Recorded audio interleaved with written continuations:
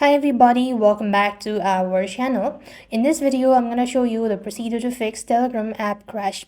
In order to fix Telegram app crash, you just have to start by checking for a global outage or pending update as there are most common issue.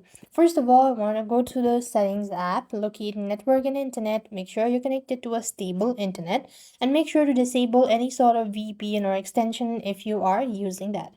Now go to the app section while you're in the same page. Locate Telegram from the list. There you go. Select storage and cache. Make sure to clear cache. And this is basically where you will be able to do it. Now look for the Play Store and update the app, and that should also definitely help you out. Now that you've done all these procedure, hold on to your side button, restart the device, and that should also definitely help you out.